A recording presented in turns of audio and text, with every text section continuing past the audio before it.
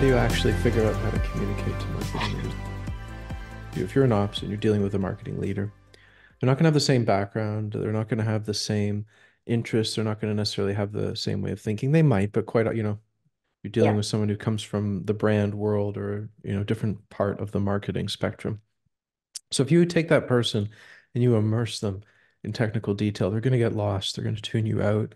They'll try to refocus the discussion. They'll try to manage you to get the information that they need.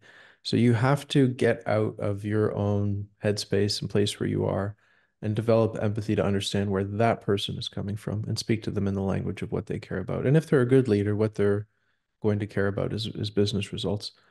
One thing Mhm. to really consider to put yourself into the shoes that leader is that they are showing up at executive leadership meetings with the CEO, CFO, sales leaders, and they need to explain to their peers why pipeline is up or down, why the team is going to hit or miss their goal, why this or that channel or market is overperforming or underperforming.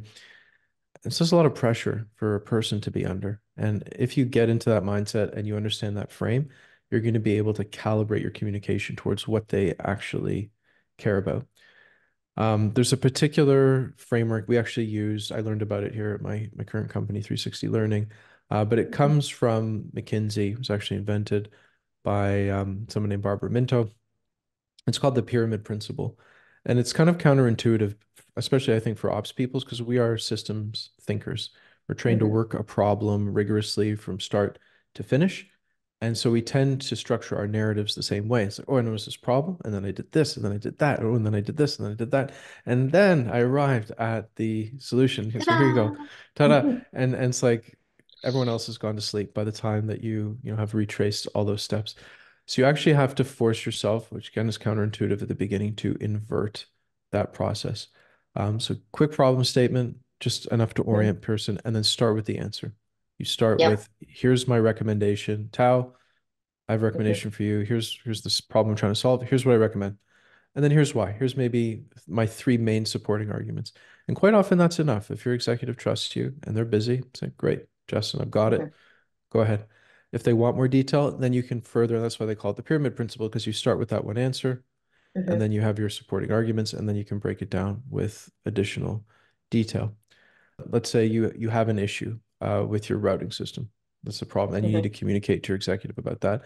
So the bad way of doing it might be like, oh, I noticed a bunch of leads they weren't being followed up on, and so I was digging into it, and then I saw they weren't routed correctly, so that's why they didn't get followed up on. And then I noticed that our enrichment tool didn't work, and so I dug into it even Wow. further, and then I saw oh the service was taking way too long to return the data, so it created a race condition, and the leads weren't being distributed. Like I've lost you already. I've You're already like tuned out. I've you already tuned tuned out. out. Like what is so the best or better way of doing it, the right way I would say of doing it is Tao, we have noticed a technical issue and it is affecting our SQL creation. So that's like the main problem that you care about, that you need to know about. And I'm going to say, but we have identified the root cause. So you're like, all right, Justin's got it under control.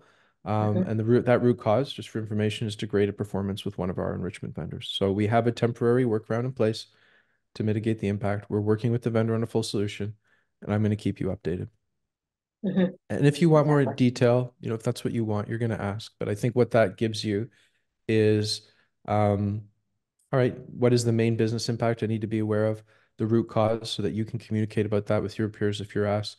The confidence that I have it under control, that I'm managing it as a professional that owns my scope, Mhm. and to know that I'm going to keep you up to date. Different people may do something slightly different there, but for me, that's a model that I've seen work, really, really effectively.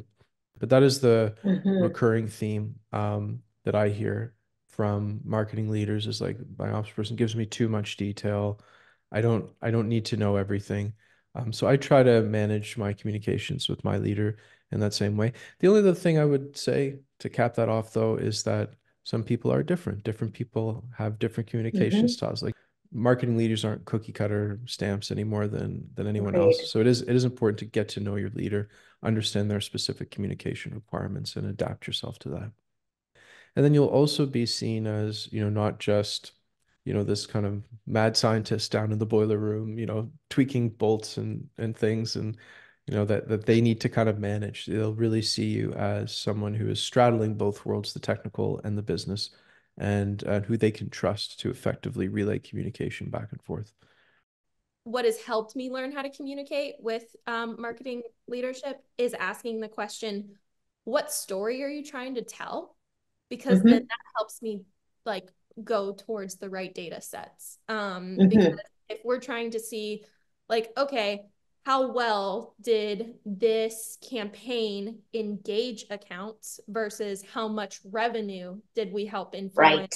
It's like, what story are you, what are you picture are you trying to paint, right? Mm-hmm. So I think asking that question, I do think constant iteration and checking in, like basically if you know that if you're gathering metrics and trying to put a presentation together, it's also okay to check in with the people that you're going to be presenting to and saying like, does Yeah. this align? Like, and then once you figure it out, it's like, can we turn this into a template? Is this something you want to see regularly? Because like starting from scratch every time is also kind of Yes. difficult too.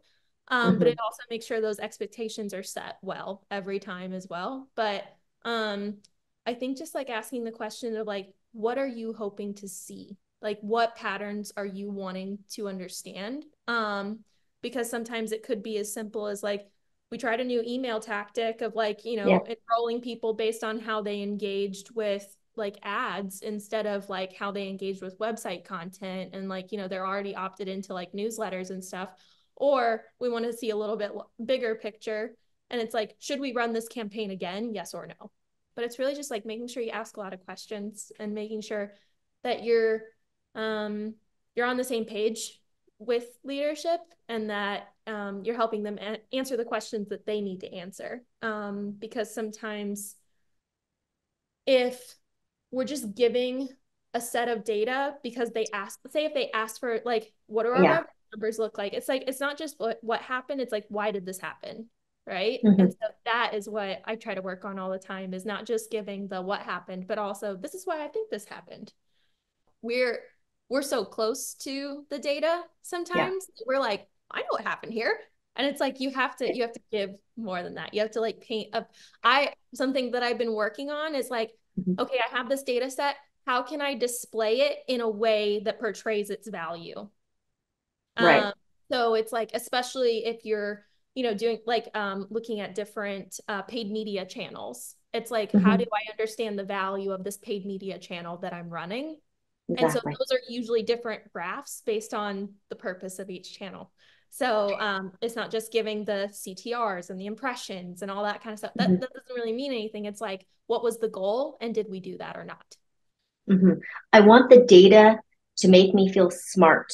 I want it to be so obvious. I'm like, got it. I got it. Instead of seeing a slide with the graphs and I'm like, I have no idea what's going on here. Learning how to communicate is really just asking like, what are you trying to understand? And I can help work backwards from there. I've made that mistake so many times because it's Yeah. like someone requests something from me and I'm like, all right, this is what I think it is.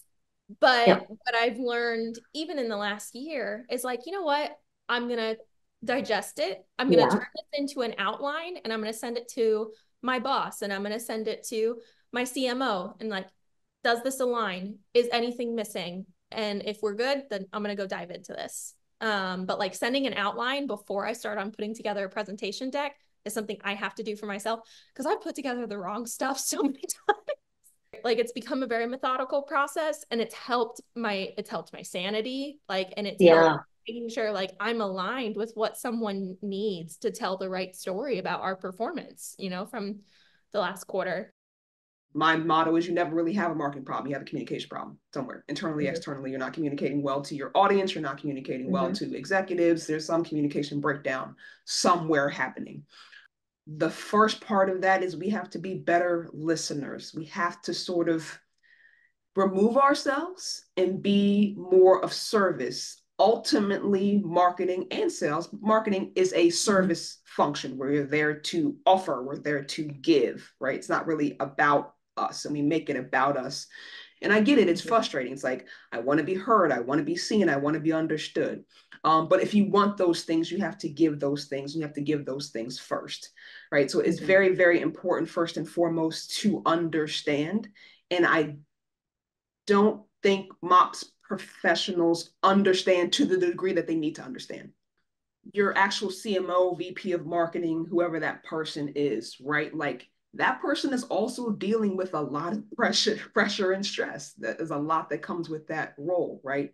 Revenue, lead gen, communicating what we're doing from a marketing standpoint, because the output that we have really is reporting. It's not really the marketing itself. People don't really see that per se. So it's like we need to understand that, and your VP or your CMO is dealing with that front line of like they really don't know what we're doing, and she or she has to go defend us and be like, we're doing all these things, and the only way we can show that is through reporting. So from a MOPS perspective, you get the heat because we're the only people who can show that we're actually doing stuff. So when the numbers don't look good, it's like we all are screwed because this is the only output that we have to say we are doing things that result in things. So that's why the dashboard and the attribution is so important and so focused on. And I think MOPS professionals need to do better at focusing on how to communicate results that's not in a report, right? Because that's not always going to show something that is really, really good. So we need to come up with our story, right? Yeah. Of what we're doing, how we're getting there, what are we, how are we measuring ourselves? What's our baseline versus what our goal targets are? What does that look like functionally?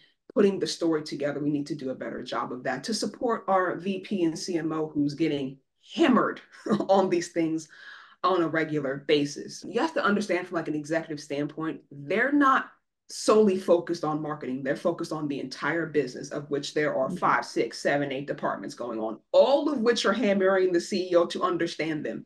It is on the job of marketing to communicate what marketing is and does. That is not the CEO's fault that they don't understand. It's your job to communicate what it is that you do in relation to what it is that they care about, right? Everybody talks about revenue. Revenue is fantastic. Revenue is a business number. The business makes money. Okay. Departments don't make money. Business makes money. Outside of revenue, what is it that you contribute, right? Like you are the marketing supposed to be the face of the company. We're responsible for the brand, how people interpret our company. What do we do and say? How do we communicate value? What do we offer, right? Like those things are just as important. And it's important to communicate those things to an executive. How do we make people feel? All that kind of, glossy stuff is great. And it's not going to be found in analytics all of the time. Yeah. Right. So you need to understand that. I want MOPS professionals to do better at really understanding your organization, your company, what you do, offer, and sell. I've run into way too many marketing MOPS professionals that are like, I don't really know what our company does. That's unacceptable. The way that I was ever able to even have a remote conversation with a marketing leader about why what I was doing was important was based on my understanding of what the business was trying to do and being able to talk not in terms of work to be done, but being able to talk in terms of what driving revenue for the business. I mean, at its base level, that's what every business is trying to do. And so it's pretty easy to think about it from that perspective. You have to have that understanding in order to really ever be able to learn how to talk to the C-suite, to a CMO or to an executive. And honestly, this principle, I think I was lucky because my path before I got into marketing operations, I actually read the book, How to Win Friends and Influence People. And it's a very old book, but Classic. it is a classic. Yeah. And it talks about principles of how to influence other people. And one of the core principles that's in that book that has also been said in Stephen Covey's book is you've got to first understand if you want to be understood. So you've got to understand who you're talking to in order to be able to connect what it is that you're doing with what they're doing and for them to even care about what it is that you're doing. You can be the smartest, most technical person in the world, but if you don't know how to talk up, then you are going to continually hamper your career. I mean, MOPS people are due to the nature of the job, it attracts naturally people that are not as extroverted and want to that are going to speak up. One thing that really helped me was one of my marketing leaders. He just told me very clearly. He's like, "Hey," in terms that made sense to me. He's like, Nobody's going to champion the work that you're doing better than yourself. And so it's up to you to, you need to learn how to market yourself." And so he talked to me. And so what we did is honestly came up with a plan. That's when I started sending weekly emails out to the leadership of Yes. saying, hey, so like that wasn't me just talking, but it was like, okay, I'm writing my thoughts Yeah. down. So I started doing that. Right. And then sending updates via Slack. So I was working at a Series B startup at the time, but the people that were included on that were the CEO and the chief operations and revenue go-to-market officer, and then also my boss. And so I was including leadership in those meetings or in those updates. And did they read them all? Maybe, maybe not. But honestly, like starting to write is a great way to start building that muscle. And then the next level after you start writing is obviously speaking up and communicating in meetings, setting meetings, proactively setting meetings about the work that you're trying to do. I think those are the things that probably help me the most in that arena. And probably the advice I would give to somebody that's like starting out in marketing ops or starting out in marketing is to develop a mindset shift with how you approach leadership. And what I mean by that mindset shift is that we tend to, when we're early on in our careers, and sometimes this mindset doesn't go away, but I think it's important that the mindset shift happen, is to, in your mind, take that leader off the pedestal that you put them. Yes. Because a lot of us like put this leader on a massive pedestal.